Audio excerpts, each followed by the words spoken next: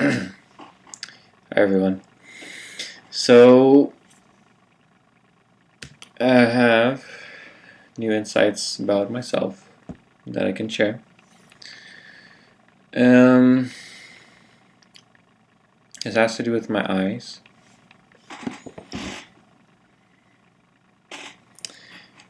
Ever since I was a little kid, like starting around like 7 years old, around there, one of my eyes was my lazy eye. It would always be a little bit more lower than the other, even just normally just looking around. So this is since I was 7. So that means when I was 8, 9, 10, 11, 12, 13, 14, 15, 16, 17, 18, 19, 20, up until now, I have always had this eye. But before that age, I didn't have this eye. And there's photographic evidence. Every time pictures were taken of me, you would see my eyes like that. And in every single photo, you would see that. And I remember that as well. So I've always had that for a very long time. And the other day I saw a supportive message where it talks about the eyes and how the eyes reveal things about you.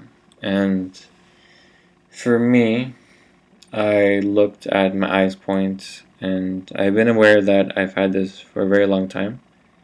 And so this isn't something that, just happened like last year or 2 years ago. This has been like, over a decade or so. Like almost 2 decades now. So a very long time. So, looking at all this, I had before had an interview where I received information about myself, about patterns, programming, and well, the point here is that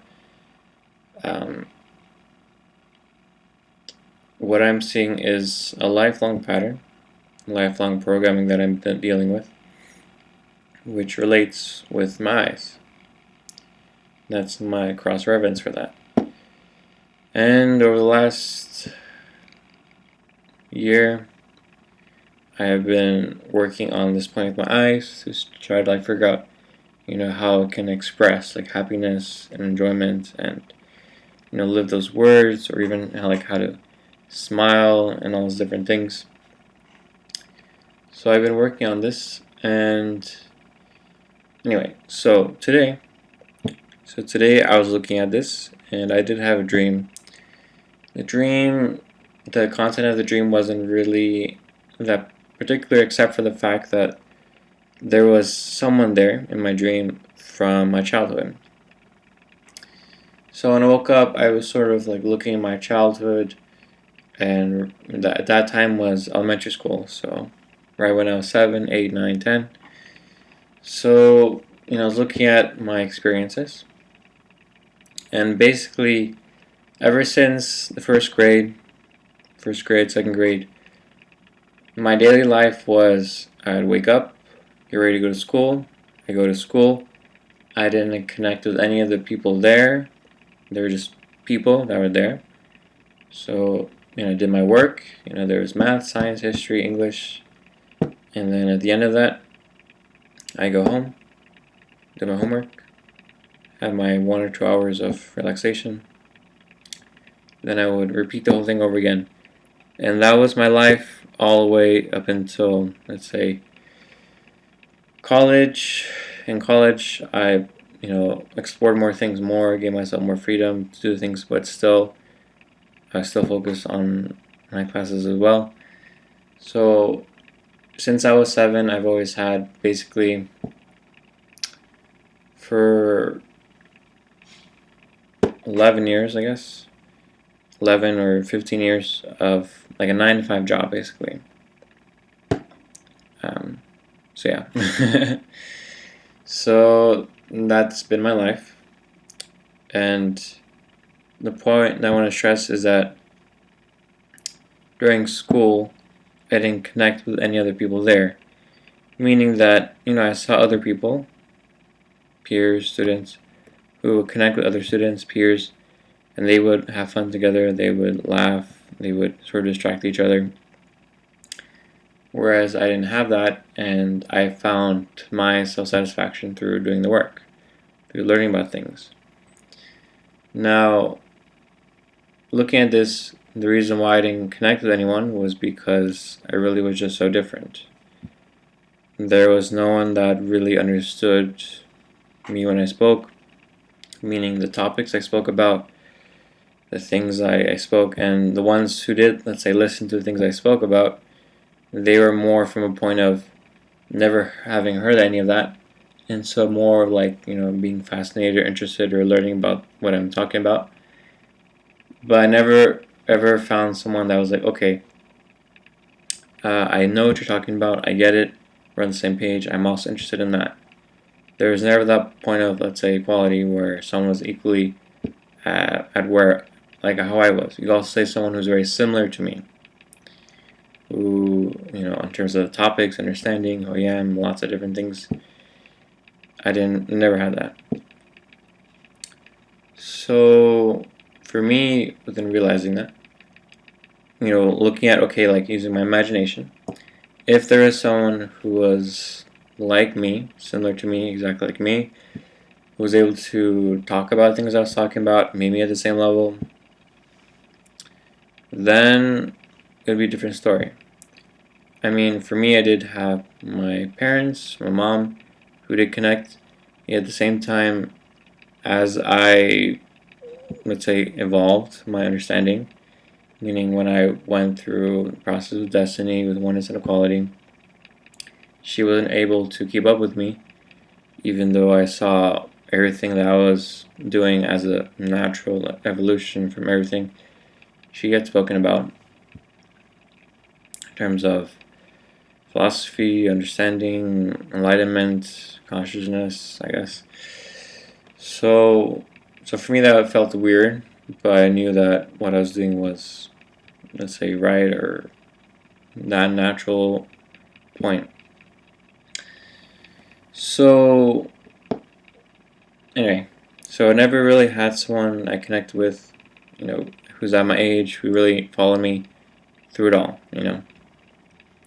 So for me, why I say that is because imagining someone was there, meaning that there's been a few moments, like, let's say, I can count on my hand, basically, like a handful of moments in my life where I didn't believe that there was the person I was meeting or talking with was meeting me at the same level, that they understood me.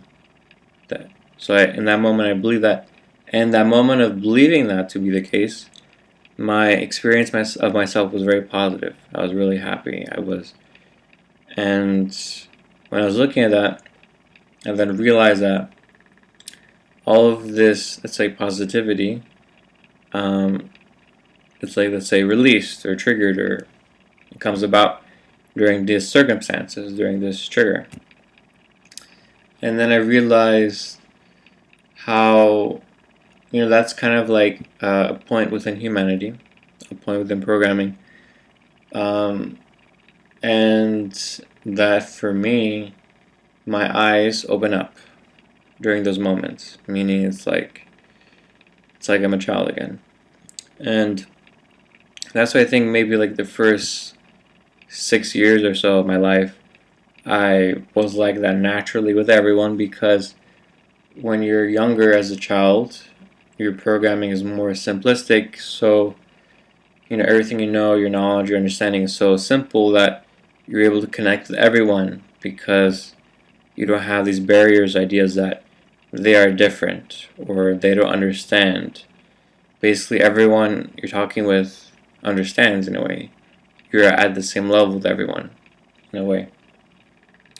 Then when you get older, like for me when I was 7, then ideas and beliefs about differences, about right or wrong, or about basically anything where it's like, okay, you're different from me, so things don't work well. Like, for example, when, let's say there's like a mirror copy of me, there was someone right here with me that was exactly like me, in all levels, in all knowledge, in all understanding, in all abilities, capabilities, everything.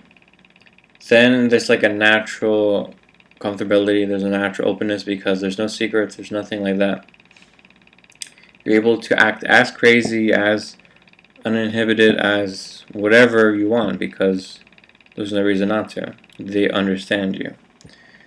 So that's what I'm talking about. And for me, I access a feeling through imagining that. And that feeling gives me a window where now, practically speaking, I can use that to live that as myself. Where it's no longer just an imagination as a feeling of that happening, or looking for someone to understand me or someone to connect with, but it's me just living that already. And so what I'm busy doing, my process is to, use my imagination, pretend there's someone there exactly like me, and then use that as a way to remember that feeling, and then use that as a way to then live the word, and to take that into behavior, action, where I live it, even though it's just me here, even though I just have myself. So, that's what I'm doing right now. And I find that, my eyes open up when I do that. And yeah, so that's my cross-reference. And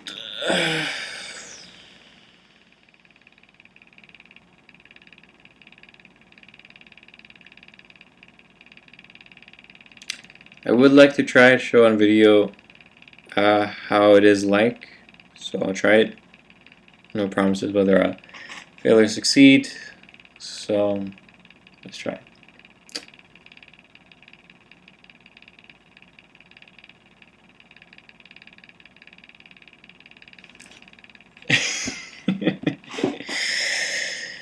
So I was doing this early today where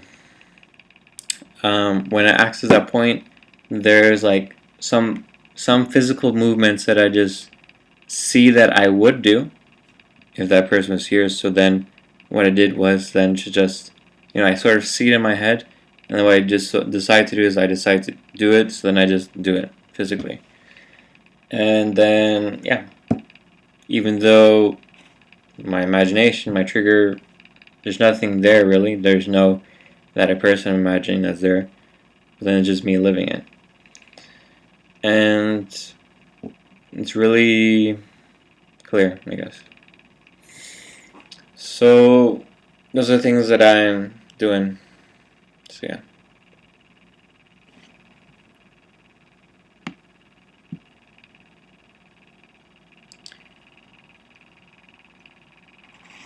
So yeah, I think that's it.